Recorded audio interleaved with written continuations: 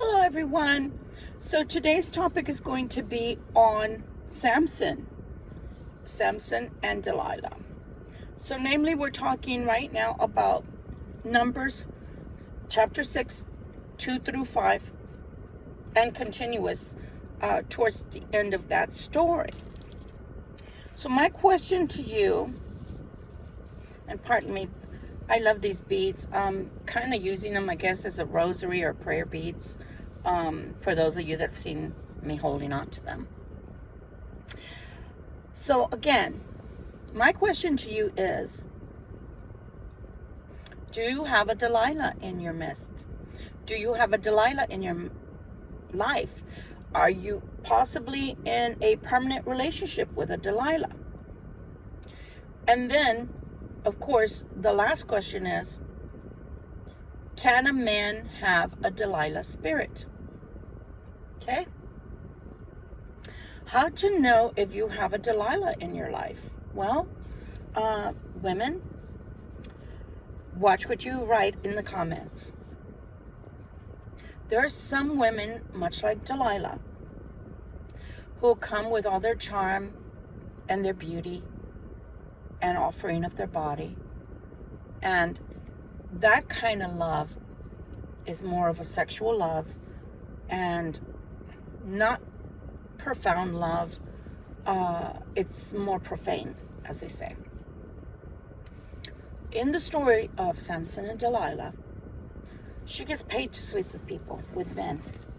She gets paid to do that. That's her job, her profession. A prostitute.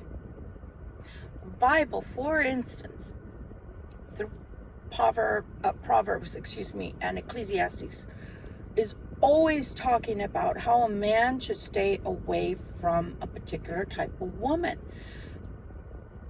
It's my understanding, and if I'm wrong, it's okay.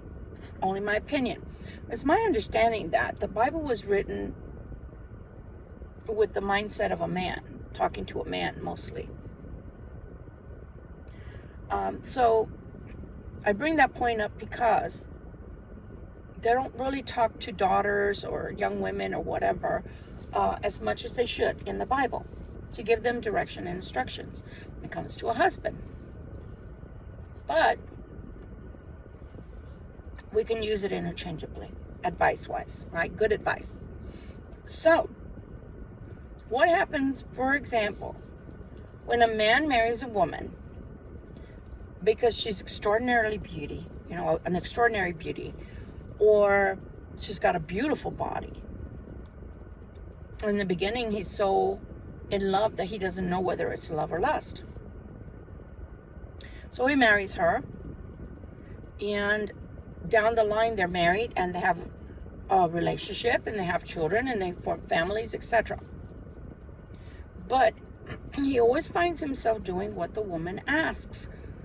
And when he doesn't want to do it, because maybe he doesn't feel comfortable doing it, or he just doesn't think it's a good idea, the woman will always come back with, well, if you love me, you'll do it. Sometimes even to the point of saying, well, you don't love me because you don't want to do it. That can also be on the female side, unfortunately. Men can do that to women as well. They can have the spirit of Delilah within them to where you have to constantly be proving yourself to them. You have to constantly be proving your love to them. So in both these instances, both the female and the male find themselves in a relationship where they constantly have to prove themselves, or they're not found worthy. They may be replaced, or a threat of replacement, or constant bickering because you're not doing what I want. Those are not good positive energies to have exchange with on a constant, much less a lifetime of marriage, okay? So yes, in my opinion, males can also have the spirit of Delilah in them. They can always have the spirit of Jezebel in them. So it's not just a female, as in Delilah, that can do this to men and entrap them and abuse them. So talking to my light workers, I'm talking to the folks that call themselves chosen ones. when you're with someone who you constantly have to be lowering your shield, your energy shield to allow them to come in, and they're constantly asking you, how do you do this, that, or the other? What are your gifts like? How do you do that? How do you know that? And you know that spiritually you've been up here, and you suddenly meet somebody who spiritually is down here. I didn't say that they didn't profess to be a Jew, a Christian, a Catholic, or whatever. They just don't display it. So this talk is about people, mostly about people that outwardly pronounce they're Christians. I'm just going to use that. Christian Baptists, Southern Baptists, Christian Catholics, whatever. Pentecostal, Latter-day Saints, whatever. You get the picture. And you maybe are the pagan in this scenario. And they've already had a pronouncement against you. They've already pronounced a judgment over you because you're not a Christian, or you're not the kind of Christian that they think you should be. So this is what I want you to take from this. Supposedly you're not the Christian, they are. Supposedly you're the Delilah, they're not. But you're the one that's always projecting the spirit of Samson, of doing what's godly, of doing what's right, of trying to be moral, not to be judgmental, to be inclusive, to be a guiding light, to act like a mother, a father, a sister, a brother, a cousin, an uncle, an auntie, or just a good mate to this person. But they think they are morally more sound than you are. However, what they project out to the world is not that. Sorry, it's hot. Is not that at all. And perhaps at one time, they could have even been a form of a Samson. I say that because there are fallen light workers. There are fallen chosen ones. You don't have to believe me. Read your Bible. What happened to the rest of the arcs? Or have y'all forgotten that Lucifer was the bright morning star? The most beautiful of all the angels, and the most loved and adored. So we come into the world, and maybe we're of a Christian persuasion, or etc., or even a rabbi, right? And instead of living that godly life and continuing to live like Samson, because that's what God wanted for you, and you were on fire for the Lord when you came, and as a youth you were on fire, and you would get on the stage and you'd take that microphone, and the Spirit would come upon you, and you'd jump on the stage and you'd take the microphone and you'd sing out loud for everybody to hear you, loud and proud, I'm a Jesus freak. But then you get married to a Delilah without knowing it, and suddenly you have to give what's inside of you, which you were born with, which is a chosen one, a light worker, an empath, you get it, a healer, someone that walks the path of the Lord, because you know your Creator, you know Source, you know that's who you are in your heart of hearts. But it goes by the wayside. The Delilah knocks it all out of you. Male or female Delilah, doesn't matter. They knock it all out of you. And now that you're married and bound to them, your life has changed and you are unrecognizable, to the point to where when you used to preach the Lord's word, you used to preach the name of the Lord to people, and you used to bring them towards the Lord with your enthusiasm, your energy, your vibrance, and your heartfelt love that oozed out of you as a Samson. Now you're a shell of a man, just a shell of the man that you used to be. You were brought down to this earth to serve. You were brought down to this earth to guide people to Christ. You were brought down to this earth to be a living word, a living lamp, so people could walk towards Christ as Samson. But as soon as you got married to Delilah, that Samson went out the door. Went out the door. Because the love you had for a woman, or the love you had for a man, was bigger, greater, and more important than the love you had for your God, who created you and brought you here down to this earth on the mission of allowing people to see your open heart for Christ, of allowing people to see how you love Christ and profess it with your mouth. Or have you forgotten that it states in the Bible that you're to go to every corner of the earth and pronounce the word of God to people? You forgot, Samson. You forgot who you are. And I mourn for you, because you don't even realize, you don't even recognize yourself, but you know there's something missing in your life. There's something not right. And you might wear your crucifix, your crosses. You might wear t-shirts that say, I'm a Jesus freak, or Christ is King, Christ is risen, Christ is the Lord. You may even sit in church every Sunday. You may go, if you're a Baptist, every Wednesday to church as well as Sunday.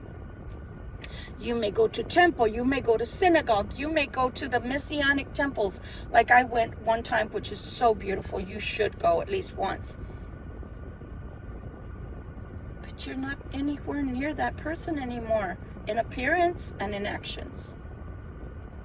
So can a Delilah spirit of a man or a woman you end up marrying or end up living with rub off on you? Yeah. So then you don't have a right anymore. You have no right to tell people like myself who are pagan Christian or non-Christian. You have no right at that point to say to them, you're not behaving Christian like, you don't believe in God, you don't follow God. Well, neither do you. Neither do you. Have you noticed that?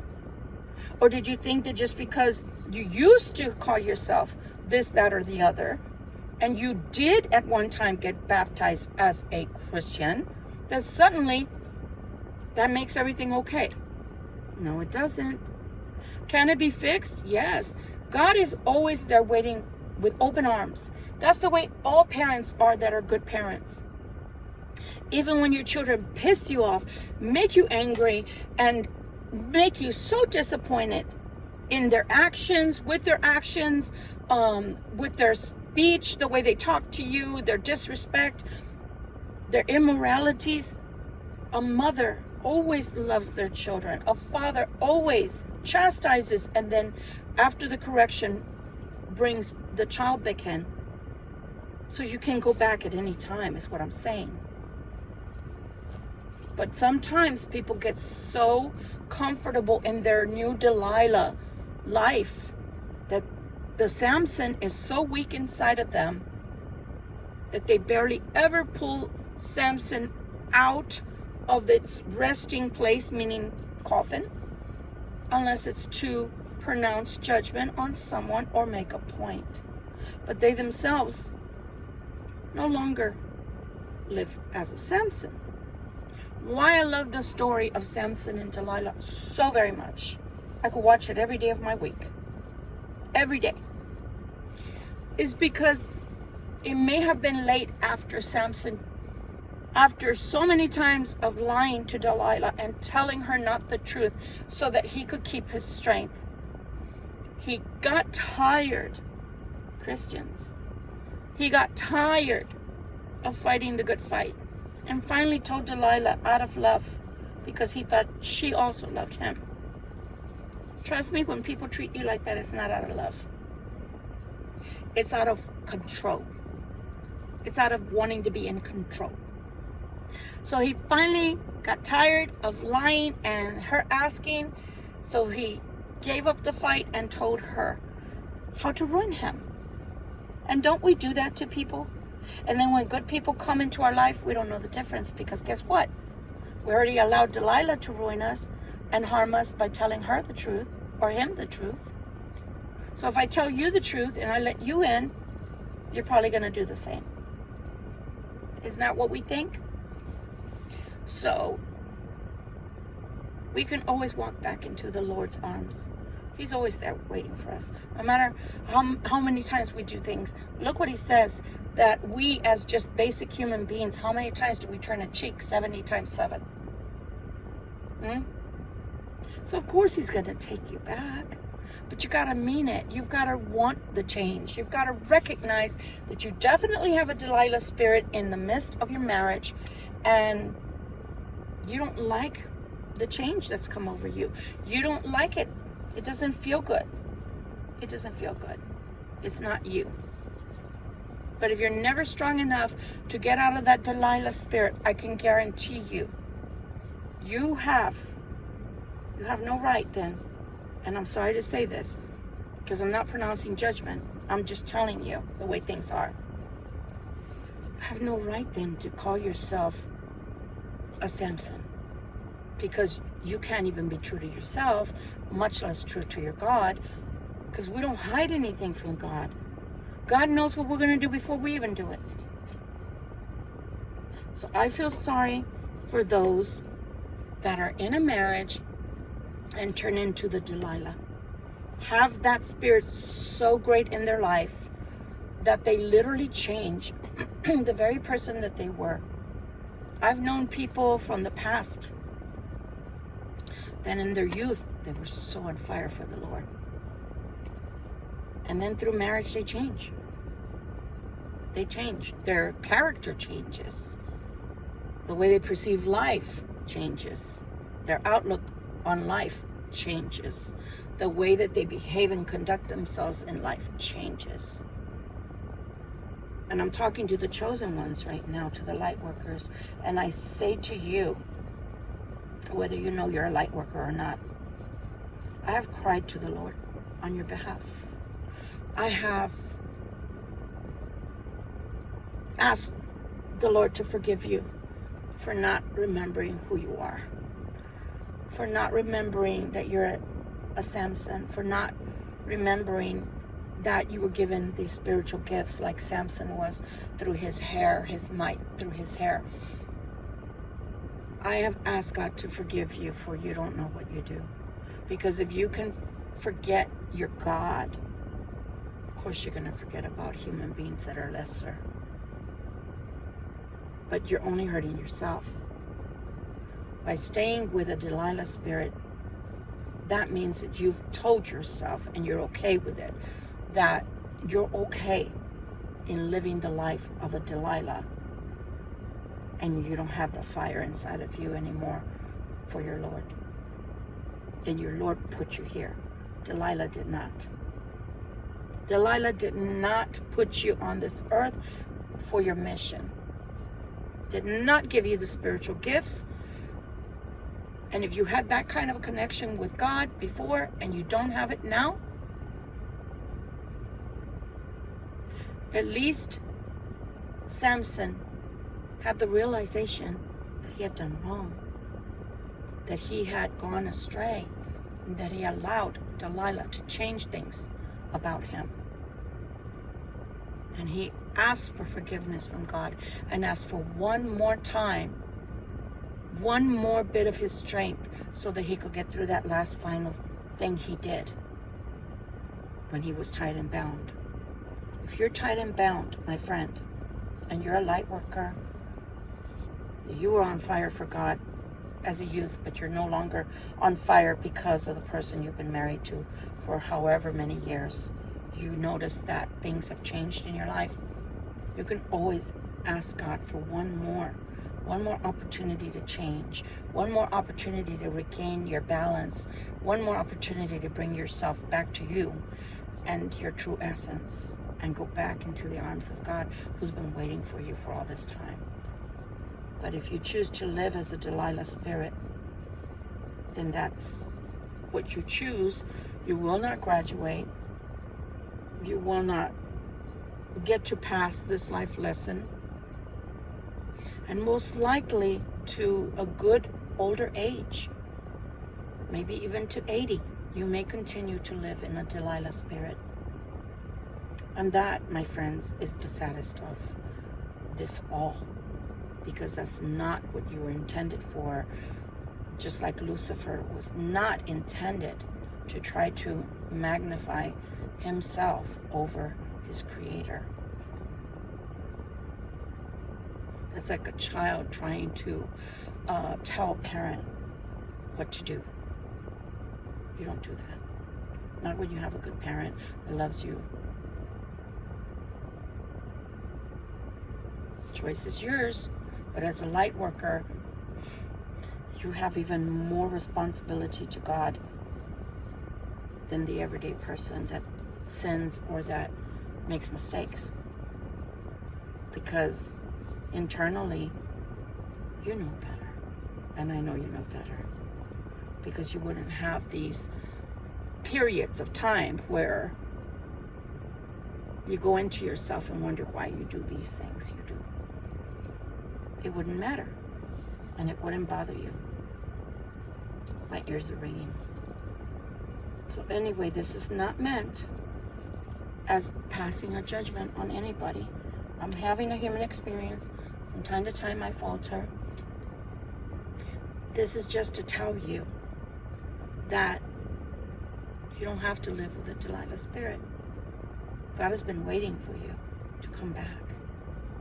That doesn't mean you have to be in a church every Sunday or Wednesday, or in a church at all, because I believe God is in everything. In this tree that's right next to me, the beauty of this tree, the oxygen it produces, the shade it gives, sometimes the fruit it bears. Every single thing that is here on this earth was put here by the great I am, and it has a purpose, just like that tree. You forgot yours? This is just a reminder. As a sister, as a mother, as a friend, as a spouse, as a neighbor, as the light worker. This is just a reminder. Walk back. Walk back. The road has been marked, and there are signs. The signs are, God, I don't feel good when I'm with this person. God, I don't see a remnants of myself. When I look in the mirror, I've aged so much. When I look in the mirror, I don't recognize myself. Why do I do that? Why did I say that? Why do I behave this way? Those are all signs, honey. So again, this is just a reminder. This is not meant to pass judgment on anybody, because I too am having a human experience this time around, and I'm not here strictly in light form. I falter too.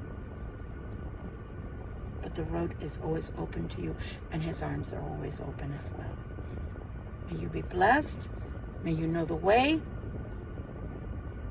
And the choice is always yours, because after all, he gave us free will. Much love and light. Until we meet again up there. Take care.